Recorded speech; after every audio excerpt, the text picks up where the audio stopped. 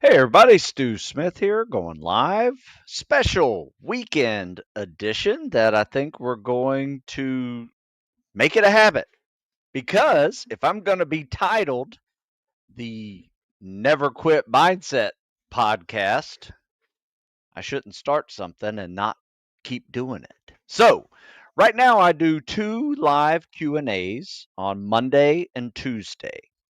Over the weekend, Friday, Saturday, or Sunday, depending on my schedule, I'm going to do a third, and that third will be a topic of my choosing. If you guys have suggestions, happy to add them. And this is a podcast about never quitting. So, what I am going to do is just share a story about a never quit mindset that was an amazing accomplishment that I think we all should know that we can apply to our own lives. And if you guys have additional comments on that topic, about that person, share them. If you have questions about that process as well, ask them. And even if you have non related questions, we may get to those at the end. So here's the story. And I put this in briefly in this book, the Never Quit Mindset book. It's a short book, about 100 pages. Um, but it's got 10 chapters of really good information that can help you create that mental toughness that you have inside. You just don't know it.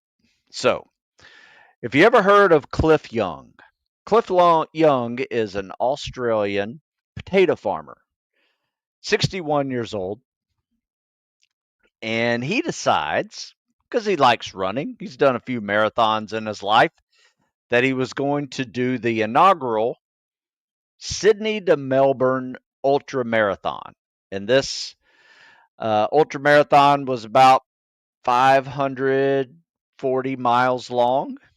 And um, it was one of those things that typically would take 5, 6 days for people to do.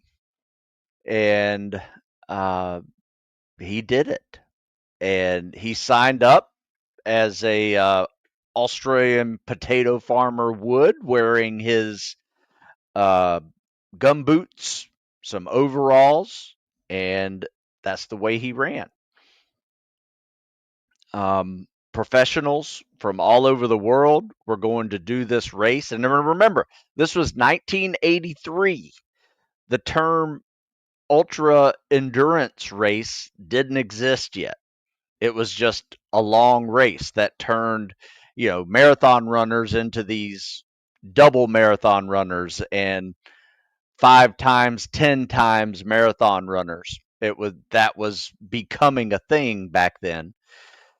And he revolutionized the entire strategy of running ultra marathons back in 1983 with this feat of an incredible never quit mindset. So, obviously, he's 61 years old wearing boots. He's not going to be the fastest person on that uh, group of people who were starting that 544-mile run. But guess what? He won. And not only did he win, the second place finisher was 10 hours behind him. And how did he do that? He just never quit running. In fact, his little saying was start running, keep running, and run till you get to the finish line. So he didn't sleep. And back then, the world class ultra marathoners would run for 18 hours and sleep for 6. And that first night, they were miles ahead of them. But that next morning, he had caught up to them. He had got another 6 hours worth of running. And the next night, they were a little bit ahead of him, and he passed them. and the week and the night after that and the night after that. Next thing you know, they started shuffling their schedule around of like, well, this guy's ahead of me. I still want to win because they're competitors. And they, so they reduced their sleep. Not quite the way he did because he just ran right through, and he would start taking these little power naps of 10, 20 minutes just on the side of the road and get back up, start running again. And that's all he needed, And so he was just mentally toughing it out. And he showed everybody, not only there that was in the race, but the press just loved him. He became a national hero and kept running these ultra marathon races for years. In fact, he accumulated over 13,000 miles of ultra marathon competitions from age 61 to 78. So it's pretty darn incredible. And if you haven't heard of the story of Cliff Young, you have to read about it. There's a movie about him. I think it's called Cliffy. It's one of those old school movies. He never married, worked on a farm, potato farm, had some sheep and other animals, livestock. However, he did become famous and he wound up marrying at 63, I think. He married a 23-year-old. So he never quit. And they actually divorced 5 years later. Go figure. But, you know, it's just an incredible inspiration.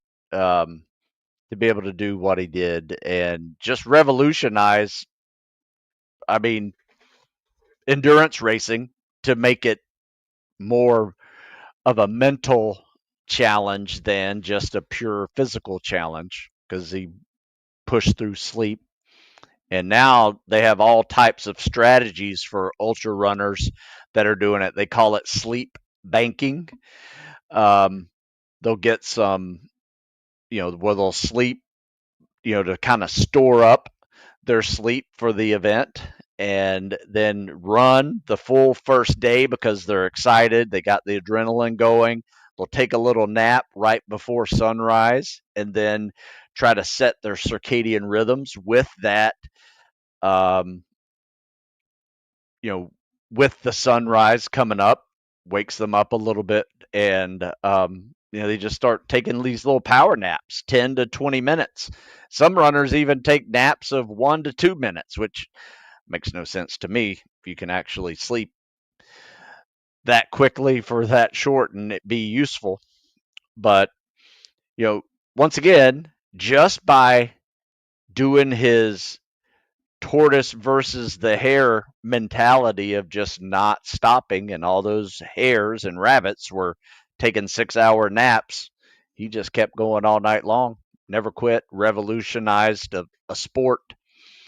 Um, just crazy. So that's Cliff Young, and I highly recommend looking into that.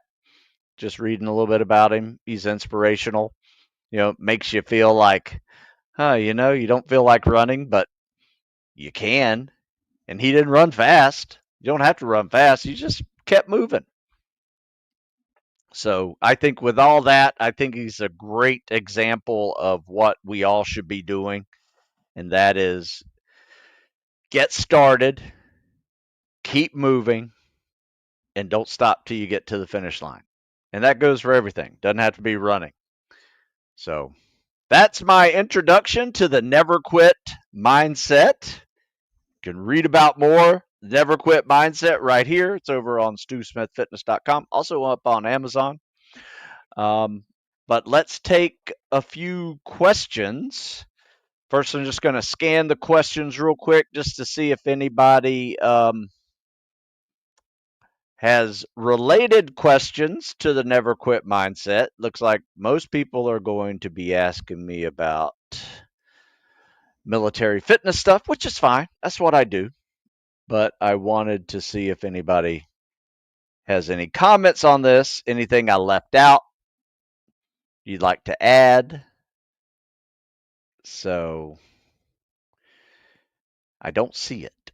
So you guys just went straight into saying, oh, there's Stu. Let's talk about tactical fitness. Well, I want to talk about the never quit mindset. Never quit. What's that mean to you? You tell me.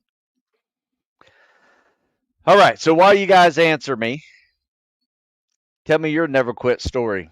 We all have them. I can tell you right now a life changing moment that occurred a couple of times in my life where I could have quit, wanted to quit, but didn't quit. We all have them. So, and we become smarter when we hit those walls and when we fail. They're learning experiences. They're not failures. That doesn't mean it's time to stop. Like Cliff Young says, keep on moving, get to the finish line. Find another direction if you have to, but keep on moving. All right, here's your question. I don't see anybody commenting on this one. Somebody asked, did Cliff run that race in boots? Yes. He ran in like little galoshes, like little gum boots, they call them. In fact, if you look up Cliff Young, there is a statue in his hometown in Australia that has a boot on it, just a gum boot, a little plaque down there that talks about him doing this 544 mile race in less than 10 hours. I'm sorry, less than 5 days and 10 hours faster than um, the second place finisher. Then he did something what was really amazing. He's a potato farmer. He doesn't have a lot of means. Um, he shared his winnings with the other runners. Pretty cool. So he's humble, generous, and he never quit. So good stuff. All right, first question over here on Instagram. And so once again, this is turning into a live Q&A show. I'd like to keep it on the never quit mindset if we can, but I'm happy to answer your questions if you have them.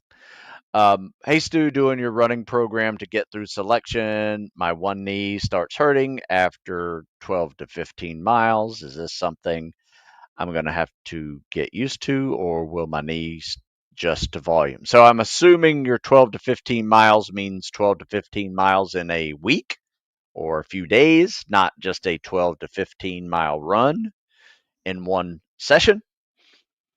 Um, so he's asking, what exercises can I do to strengthen my knees to help my running? Thank you. Well,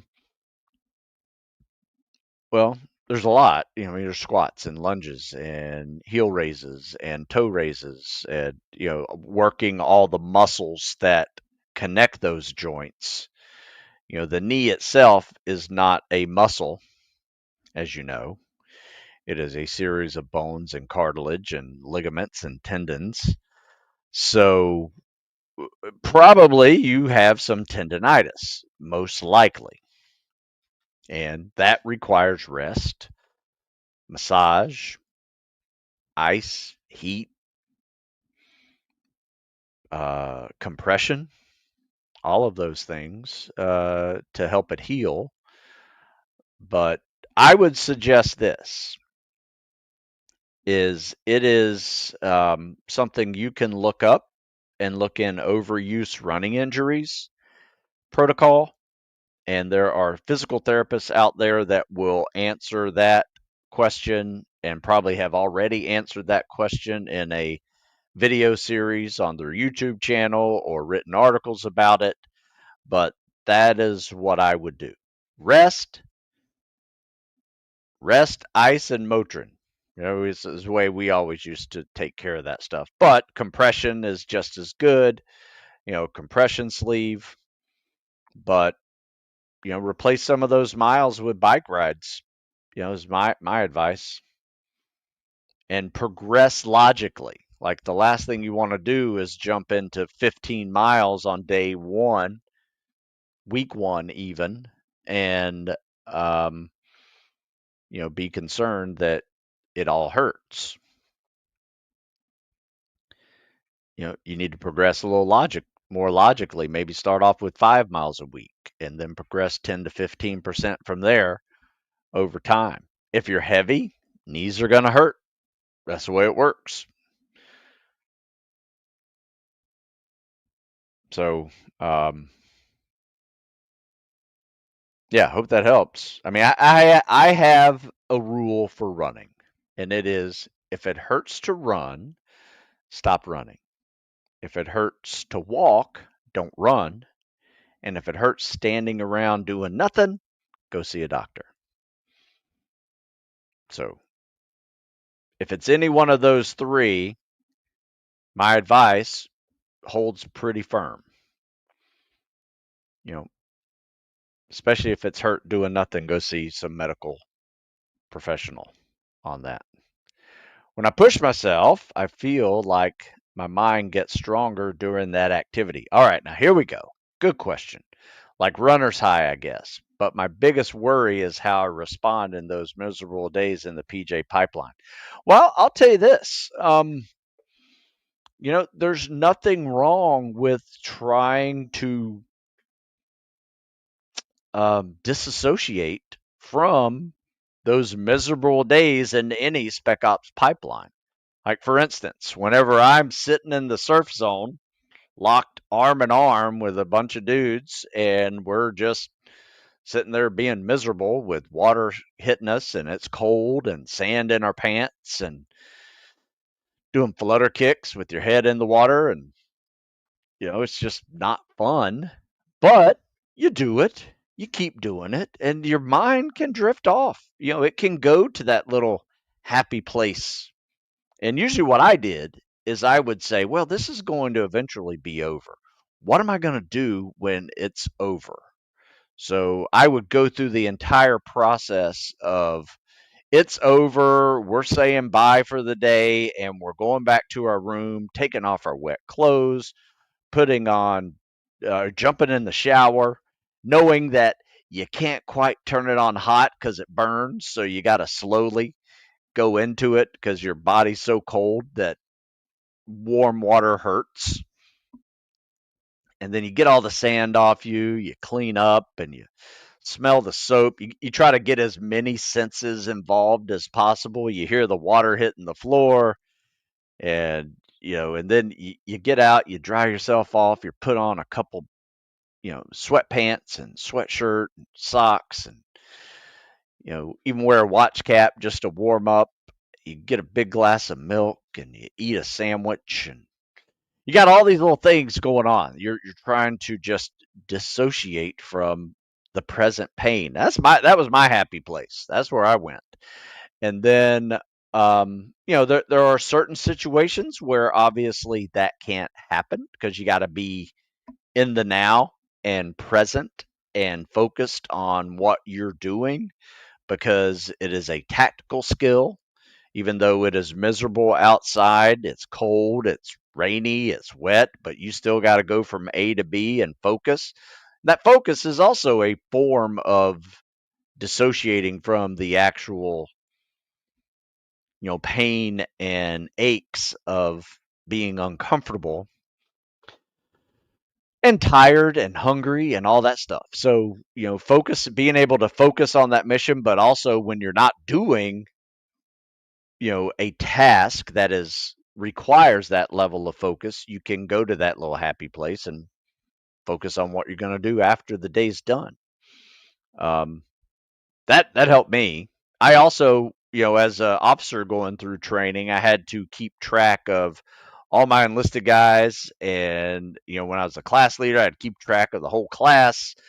Just I had to have those answers, and so I would be taking head counts, and um, just if somebody quit, I'd have to find out who they were, so I would know, and that boat crew would know that they're going to be one man less. So there's other things to worry about besides your own misery.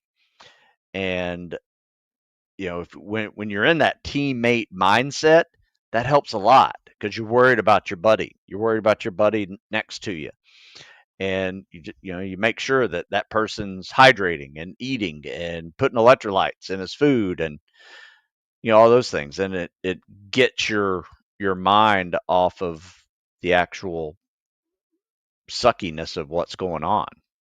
You don't even think about quitting. You don't have time to think about quitting. So stay focused on the mission and just keep driving. Um, Walking backwards on an incline treadmill has worked wonders for my. That's a great one, Coopster. Good job. In fact, I just wrote an article on walking backwards. I think I did. There's a study on it. If I did, yep, how walking backwards can enhance your overall fitness. And this is for young and old too. So people with knee injuries, I'll put the link here in the comment section over on YouTube. I'll put it over here on Instagram, so you guys can check that out. But that's a really good one too. Walking backwards. One, it's a great rest exercise. So when you're doing hard runs or leg exercises, you just need to take a 2-minute break before you do your next set. Walk backwards. That's a great thing to add to your day. 100%. Good job, Coop. Hey, Stu, do you have any tips on recovering from injury, specifically torn labrum, making it difficult to swim? I'm assuming you mean shoulder labrum, not hip labrum. Both of them could make swimming difficult. I don't. A labrum is something that's just going to take some time to heal, or you may need surgical healing to be able to get over it. Because especially if your shoulder is dislocating, you have a torn labrum, and if it just chronically dislocates, you need surgery. So I don't have anything specifically for a torn labrum other than a little lightweight shoulder workout that I would highly recommend doing. It has enabled me to keep going after a bad shoulder injury. In fact, you can Google it. In fact, I'll just put the link in here for you. But it's called the lightweight shoulder workout. Literally, 5-pound dumbbells is all you need. So when it says lightweight shoulders, I mean lightweight shoulders. But it is great. It's a great little rotator cuff strengthening exercises in there. You can also do it with bands if you want, but those are really good. So just like the previous person who asked about knee pain, look up shoulder pain rehab, and you can definitely see some good videos out there on the YouTube channel, because there's one thing you're going to find, or multiple things you're going to find, are ankles, knees, hips, shoulders, lower back, all injured pieces of our body, commonly injured, and there are countless videos out there to help you, and most of these are done by doctors of physical therapy. I would listen to them versus somebody who is not, and actually get some good advice from some of the programs out there that you can find for free on YouTube.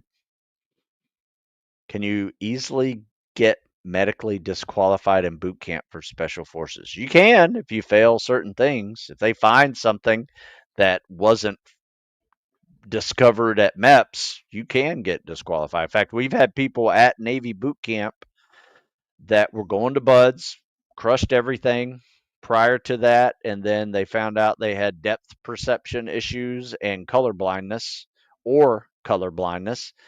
and they couldn't go to BUDS. But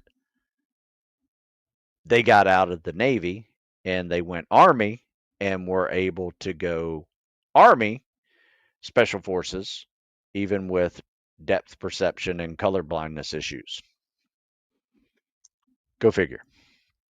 Is the 800 Division in boot camp back? I don't know. Everybody says it is coming back. When it comes back, somebody will say, hey, 800 Division is back. But they've been saying it was coming back for 2 years now. So I know that the Navy is like an elephant. Getting it to change direction and make new things happen is really challenging. Might be able to clip its toenails a little bit, but changing direction of that big elephant, not that easy. So take some time, be patient, and work out on your own if you don't have an 800 division. That's what we all do. Do you have a stretches book or just a video? Well, with that video is a PDF that goes with it. So I have a new book called The Never Quit Stretching Video. Sorry, I have a new video right along with me. It's basketball court yoga. We do these yoga poses right across this basketball court. And let me tell you, it's a great way to top off mobility day. And you walk out of there, shoulders, elbows, hips, lower back, knees, ankles, all are much looser and more mobile and flexible. So that's what we do. There is a book that goes with it. I do not have a book with just stretches in it. In fact, all of these books have a stretching section.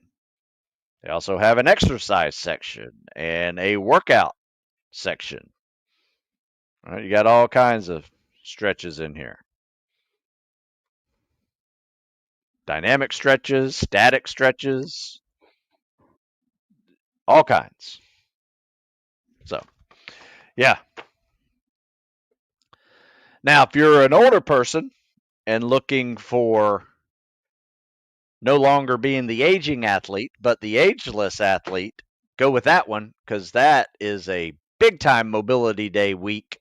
Got 2 mobility days per week with tons of stretching, and a lot of people are using this and topping it off with the Never Quit Stretching video together and finding really big benefit on that. Highly recommend. Can you touch on how that worked? Getting out of you disqualifying medically and going directly to another branch. Well, you really aren't in the Navy. Even though you're at boot camp, you're not in the Navy until you get cleared medically. You have a choice.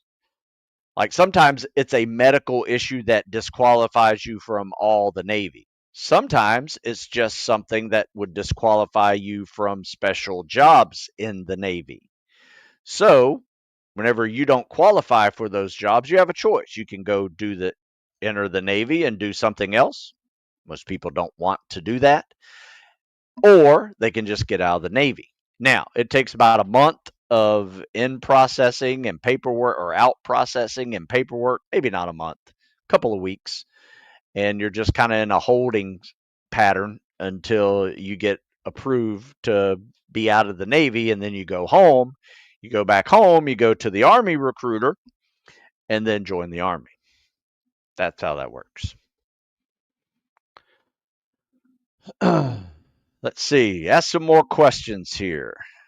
Did you hear about officers in NSW being able to attend advanced schools for enlisted? If so, how much do you think it will help forces overall having sniper qualified officer?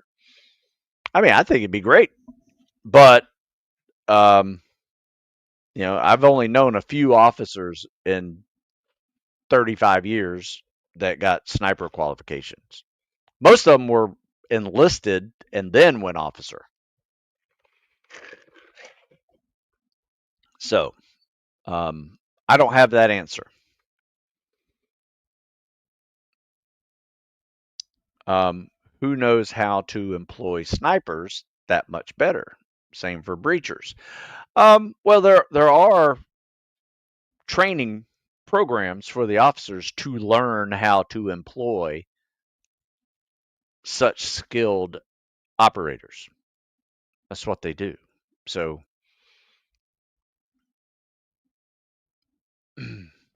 hey, Steve, in response, Stu, not Steve, in response to your previous email regarding my push up routine, I don't have any other, but I'm going to try a 2-week program you have. I have 1 month, to get 55 push-ups starting at 40. Yeah, I think you could do it. Yeah, hit that push-up protocol. So if you're not familiar with that thing, I'm not a fan of daily calisthenics. However, for a short period of time, like this 10-day program, I've seen a lot of results go real well. And people have as much as doubled their push-ups and pull-ups in 2 weeks. Now, obviously, they weren't at 60 and 70 push-ups and doubled them. They probably increased by 20 or 30. You know, I've had people go from 60, 70 to 90 and 100. I've had people go from 40 to 80, um, 10 to 20, 15 to 20. So the higher you get, the less likely you're going to double anything. You might 50% it. So, yeah, it works. Give it a shot. Do it for 2 weeks and then go back to an every other day routine. You can't do that stuff every day and expect to see, especially in high volumes, right? If you're doing hundreds of reps a day, you're probably going to start seeing some tendonitis or negative results if you go several weeks of doing it or months even. Somebody asks, recent ACL rupture. That sucks. I don't want to do nothing and want to work. What can I get until I get surgery? You have programming recommendations. Yeah, any program you can do, just take out the leg parts and do the upper body parts. That's what I would do. And any leg day replace with core activity. Crunches, sit-ups, flutter kicks. That might hurt, but it might not. Plank pose, maybe. Hanging knee ups, things like that. Work the core, work the grip, right? Core and grip can be your replacement for leg workouts. A lot of people neglect core and grip anyway, so crank it. You might be able to do some things like walk, so farmer walks. You might be able to do RDLs, right? So straight-legged deadlift type stuff without bending your knee. So I don't think you're going to need a wheelchair and do nothing. You should never do nothing, right? If I've had a shoulder injury, I'd do leg days. If I had in cardio days, if I had a leg injury, I'd do upper body days. Just keep moving. Remember how Cliff would do it. Start running, keep running, run to the finish line. All right, Stu, I have your phase 1 workout PST book. Want to know what that is? The Navy PST workout book. That goes for SEAL, SWIC, EOD, diver, rescue swimmer. SARC even. Use that same PST. Question. I had pertaining to leg endurance, though. Some of your circuits require squats with running. Would you recommend doing these with weight? Most of my running and squat lunges workouts are done with just body weight. It is a leg endurance workout because there's two things you need when you run, and that is lungs and legs need to be able to work because usually one of the two will give out whenever you're running.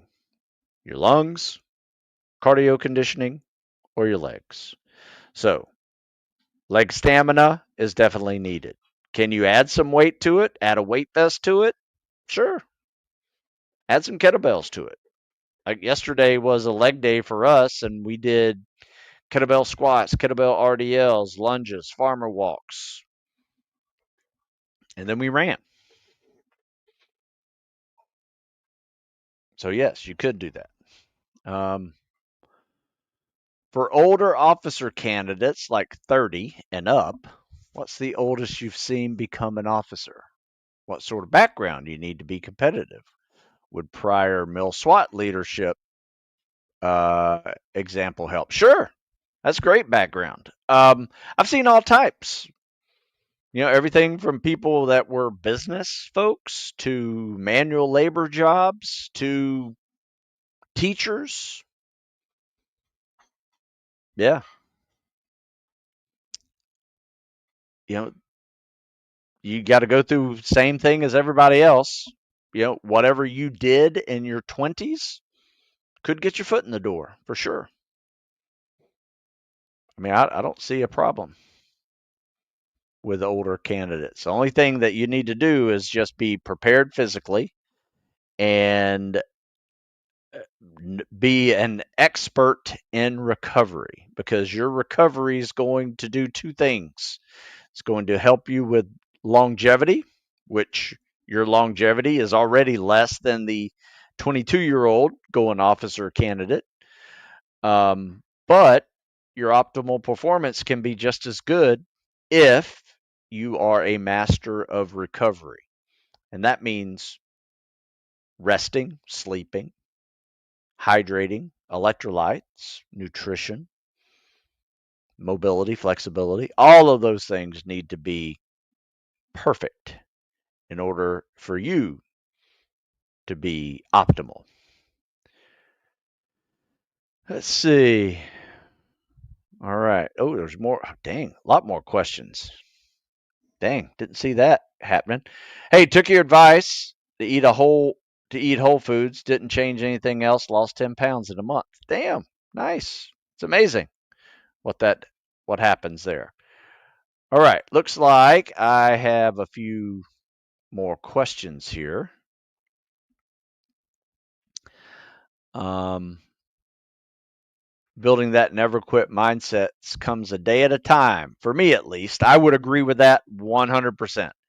Used to quit running before a big hill by my house. Now I run it without even thinking about it, from a fear to no factor. I love it. Yeah, never quit mindset is a scoop every day. In fact, there are some days I feel like I am getting tougher still, because I just got up out of bed and started moving when I didn't feel like moving. Then I show up at this workout. It's 22 degrees outside, and we're about to get after it outside for the next hour and a half. And we know we're going to be cold. And if you don't stop moving, you're going to be really cold. So every step I make, I feel tougher. So yeah, you do it one day at a time, one event at a time, just by not stopping, and just keep on moving. Love it.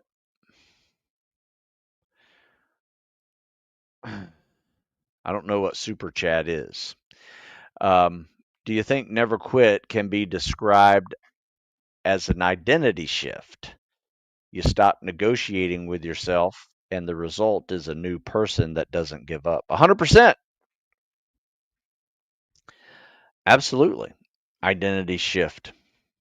You know, there is a big moment in this program where the one of the biggest things that prevents us from doing what we want to do is simply the fear of failure, because we all don't want to fail. Failing's not fun, but it's also, every time you fail, if you look at it, you're smarter. You're smarter because now you know what not to do. And you may have learned, like, well, I should have done this, I should have done that. And the next time you do it, you will, and you won't fail. So I think just the identity shift primarily, I mean, there's multiple ways to deal with stress and, doubt and all that stuff that we do cover in this program. Um, but it is an identity shift and largely a reframing of what failure is. In fact, take the word out of your vocabulary altogether and replace it with learning experience, and it's a completely different animal, right? Or even replace it with experiment. Like, I have a goal. This is what I want to do in 6 months.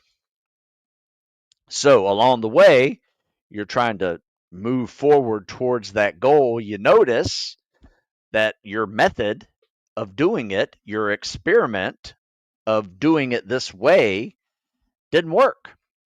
And so you make a change. You said, well, that didn't work, so let's make a change. So didn't even discuss failing. Like, I didn't fail on my mini goal to get to my big goal. I just changed path because what I was doing wasn't working. Completely changes the strength of what succeeding is. It is impossible for you not to succeed if you refuse to quit. I would agree. 100%. Let's see.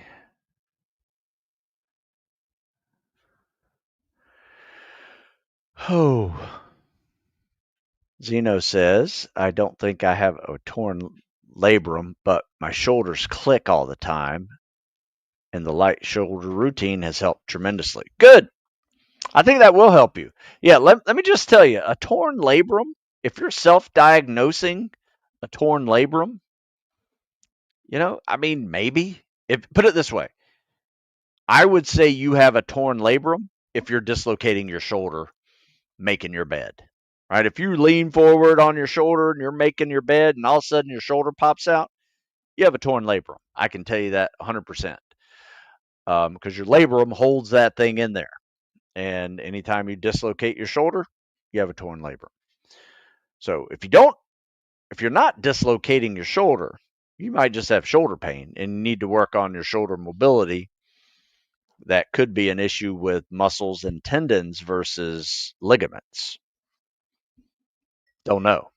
Clicking, if it clicks, but there's no pain to it, I don't know. Could be an issue. Talk to a physical therapist. That's out of my wheelhouse and out of my pay scale. Stu, what places around the world are really great to train? I'd say right here in Maryland. It's where I trade. Can you recommend a country or city to go to trade for 3 to 6 months? I'm in San Diego now trading, but can travel. I would say stay in San Diego because that's a beautiful place to train year round. I mean, if you come here to Maryland, it's hot and humid right now. Feels like 100 degrees with humidity. And in 6 months from now, it's going to be below 20, probably snow on the ground. So we like it because I think it makes you tougher. Every single day you go out there and feel the heat and feel the cold. Guess what? You're going to be working out outside in crappy weather. Might as well get used to it with your workouts. So that's what we do. But I mean, I don't think you need to travel. Unless you like traveling, there's plenty of beautiful places out there. I personally, if I were traveling and training all the time, I would go where the water is crystal clear and warm. So Key West, Bahamas, all those little Caribbean islands. That's what excites me. But in the winter, maybe I would hit something different. Maybe go skiing, Colorado, things like that. Have you had any of your runners experience shoulder or scapula pain when running? No. First of all, I don't have runners. I have people who do everything. We run, we swim, we ruck, we lift, we do calisthenics, and we try to get good at them all. So if I have any shoulder pain with people, it's not because we're running. It's because we're doing a lot of other things as well. My advice for you is make sure you just enter yourself into some kind of mobility program where mobility is part of your training every week, every day, and make sure you're moving and stretching. Flexibility and mobility. That's key, man. I'm telling you, it's life changing when you realize um, how good you feel after adding in some mobility training. What's your advice for bad chafing? You know what? Wrote an article about it. Chafing post Hell Week. Stu Smith is what I just put in the Google machine, and it pops out from chafing to soreness. What you do after Hell Week. Ultimate recovery guide to after Hell Week. So here, check this out. You know, I've been writing articles for years. Sometimes I write articles that are pretty common. Bad chafing is one of them because it happens. I will tell you this, I hate chafing. It hurts. But sometimes you just got to keep on moving. Where do I find the lightweight shoulder routine? And how often should I use it? Well, we use the lightweight shoulder routine with 5-pound dumbbells on upper body days. We also do the lightweight shoulder routine with 0 weight on leg days. So every day we're doing the same routine, just one day has weight, one day doesn't. So you need to go to the Google machine, type in lightweight shoulder circuit, Stu Smith, and you will find the lightweight shoulder workout. But it is also in all of my books. Every one of my books has the lightweight shoulder workout in it. And it's on upper body days all the time. So if you have one of my programs, just look in the book and you'll see the lightweight shoulder workout. It's in here. I've been doing that lightweight shoulder routine now for about 28 years. Reason I know that is because my daughter is 28 years old, and a week before she was born, I separated my shoulder. I was going through physical therapy, learned all these, which is different than dislocating your shoulder. I separated it, basically like a sprain with the AC joint. And I learned it then, and I've been doing it ever since, and it has been very helpful.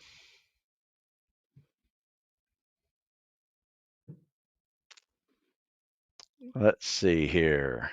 Took your advice. Nope, already answered that one. What's your opinion on taking creatine while training up for selection? Well, I mean, creatine's great. I think people are starting to learn how to use it properly. I think when I first experienced creatine, I got a bad first impression of it because everybody that was on creatine wasn't getting through selection. So back in the 90s, they said no more creatine. So I was like, okay, no more creatine. I never took it anyway, but I was putting people through selections and I would see double leg cramps and they were done. They couldn't get them undone. So the dosing and the hydration and all that's gotten a whole lot better. People understand that now. I think people were overdosing and underhydrating back in the 90s, and it was not very useful for anything endurance wise. However, now it's the most studied supplement and it's great for you. However, here's the deal. You can't use it at selection. So why would you want to do it and get psychologically hooked on it and feel weak when you're at selection because you can't take it? That's my way of looking at it. Now, you may not be that way. You may not feel psychologically addicted to it, and you can be fine. I don't know. Maybe you can do it before you get to the Navy, but once you're in the Navy going through selection or Army or any of those selections, you can't take supplements. Anything with supplement facts on it, you can't eat it. So I like these things. You know, this is a protein shake. It says nutrition facts on it. You guys see that? Nutrition facts. So just a protein drink can be counted as nutrition and you get some extra protein in it. You know, because it's just protein and milk.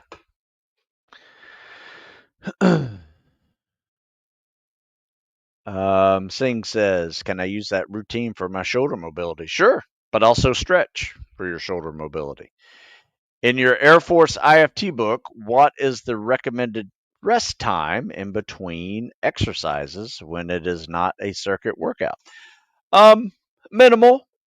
You know, if you need to rest, especially if it's a heavy activity, or you went close to failure, I would fully recover. Like take a minute or two and fully recover, or make it a lightweight.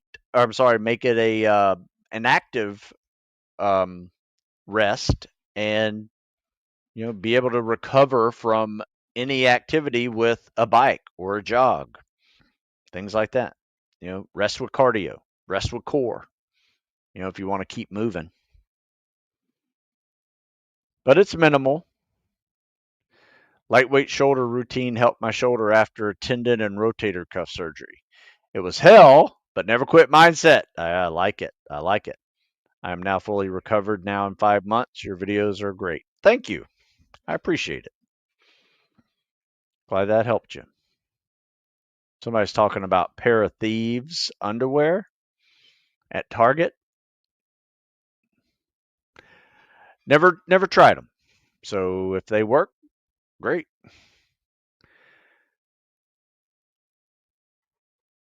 Let's see. Which program do you recommend for a 41-year-old training for SWAT? The 40 plus series. This is my second attempt. Made it to top 14 last year. Yes, the 40 and over series is a good one, depending on where you are. As you know, there's 4 books. This is the first one. This is for beginners or people who are injured and need to recover. Um, but the next one is taking it to the next level.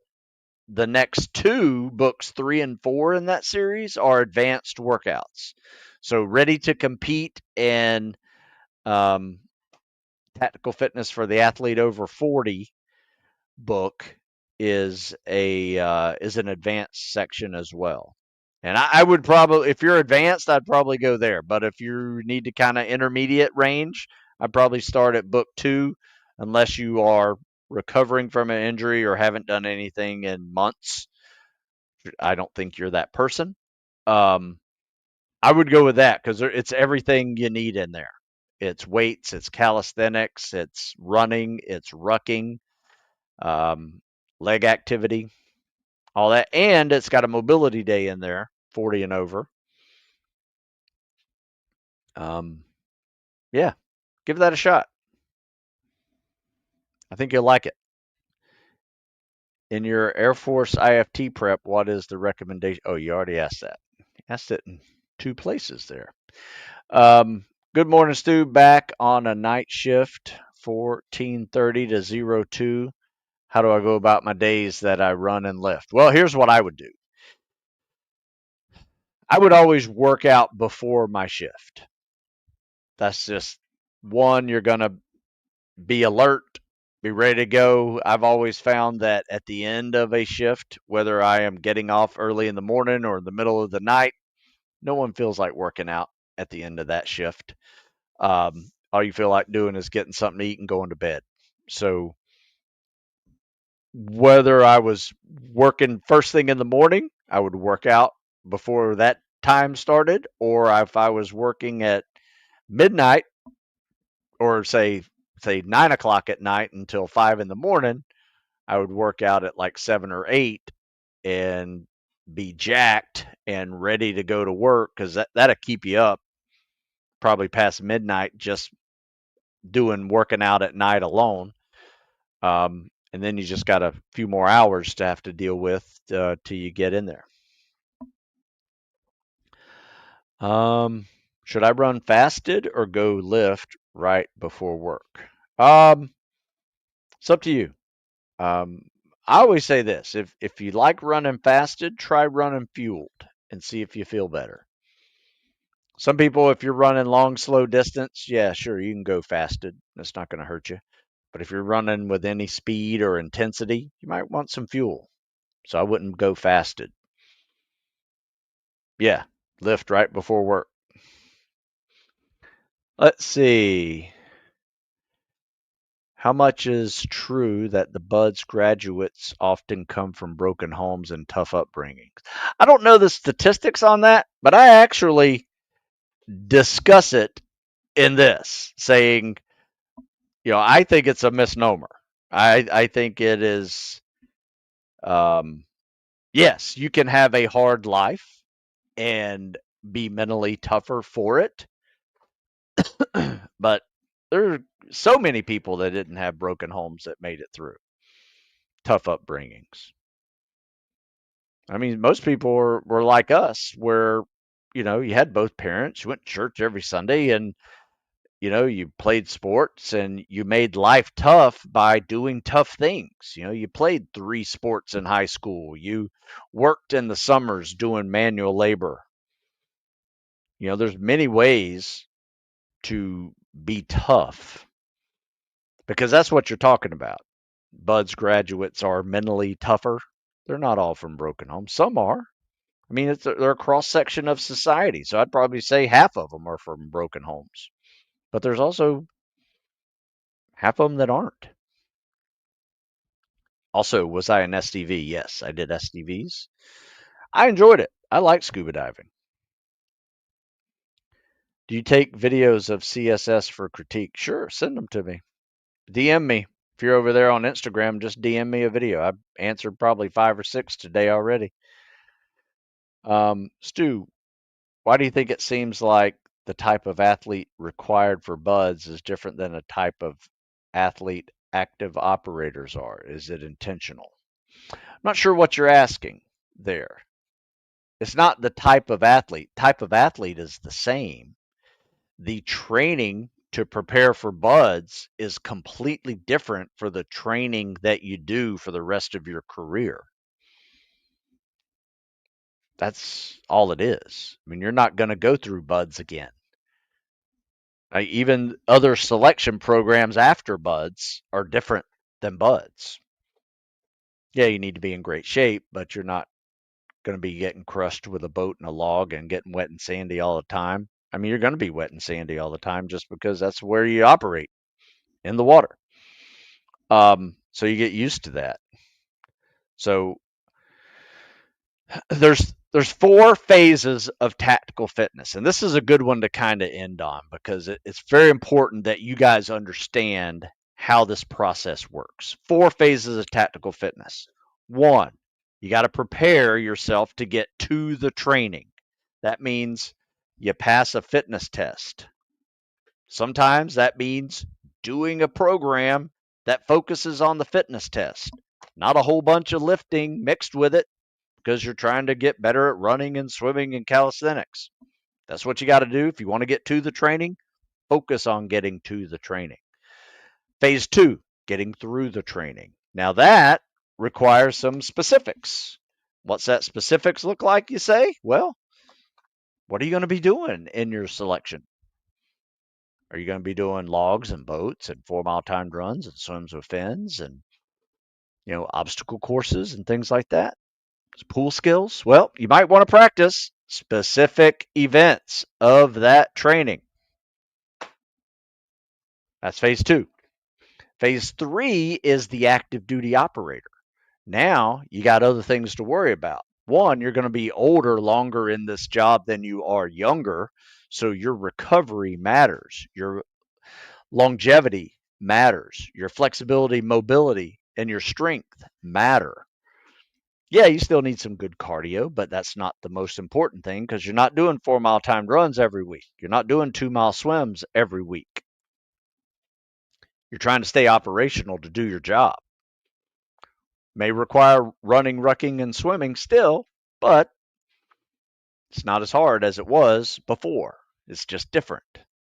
The tactical processes are harder. The physical processes are not. Now, doesn't mean you're not going to be doing physically demanding things in that profession. You will. That's why selection's so hard.